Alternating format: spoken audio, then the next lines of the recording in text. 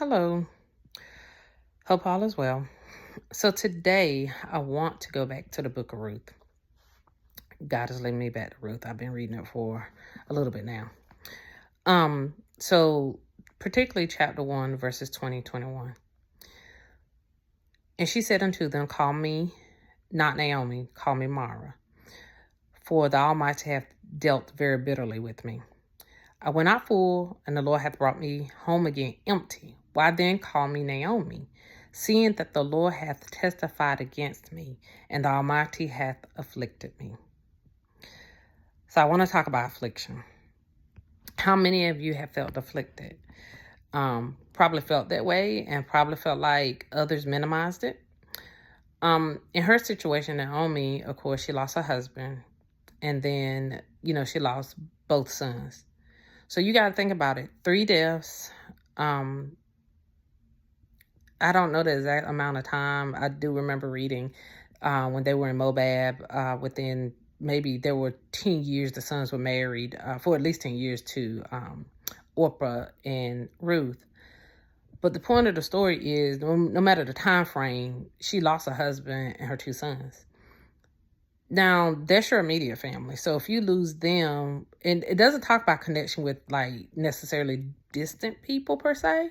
With Naomi, they connected her to Boaz, but that was through her husband, Elimelech. So excuse me if I mispronounced that. They connected. That's how she had, kinship. So it doesn't talk about her blood relatives beyond her 2 sons and her husband. Well, her husband wasn't blood, but still, he was close, close enough to her in relationship. So I can imagine losing them if that's all you really had, and how devastating that was. And then to have these 2 women who were not related to you, but who loved you dearly, and you loved them.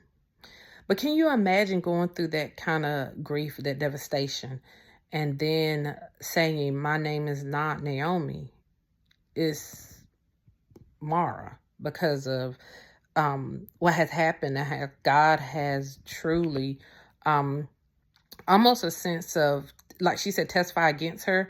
And I get the feeling like turn his back in a sense. But one thing she never does, she never curses God. So she never does that.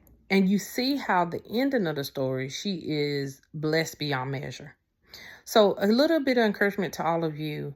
Affliction doesn't last always. I know sometimes I feel like it's never going to end when I'm come out to the other side.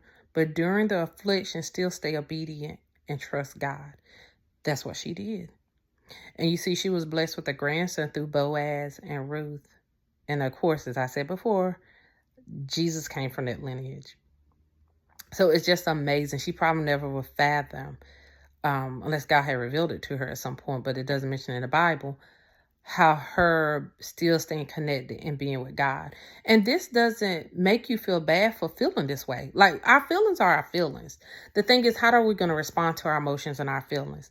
And she said this, and I'm pretty sure she was distraught. I would have been, any of us would have been very distraught, taken aback. But the end is as she goes on, and she and Ruth return to Bethlehem, it's like she's giving her instructions on what to do. She wants to make sure she still finds a husband. So even through that grief, she still is kind and loving and looking out for Ruth. So goes back to us. So even in our affliction, we still have to fulfill our purpose. We still have to hear God so we can know how to move forward. Doesn't mean we discount our feelings at all. And I even advise people, when you are feeling a certain way, as a therapist, I tell them, self-care. Self-care is very important. Within that, also be obedient to God. There are times that God tells us to take a break. There are times God tells us to separate ourselves from people. The issue is, do we listen? Do we listen? Do we do it? And at the end of the day, are we really doing it? And that's where we find ourselves getting overwhelmed and getting frustrated with certain people. So be aware of that. And I'll tell you, even in the Bible, in the Old Testament, Job, he was afflicted. Job lost all 10 of his adult children in a day while they were eating at one of the siblings' house. Then he lost service. He lost cattle. Like all this stuff was happening. Servants kept coming back and telling him this happened, this happened, this happened. Can you imagine? And then at some point, the Lord allows the enemy to afflict him, where he's scraping his skin. So after going through all of that, and now this physical health issue, his wife tells him, just curse God and die, and he doesn't. So even in his feelings, in his thoughts, because there was, if I can recall, there's a verse in Job that talks about, he said something about never being born, but he never curses God. Again, he was in his feelings with this. And we all are. When things happen, I don't like it.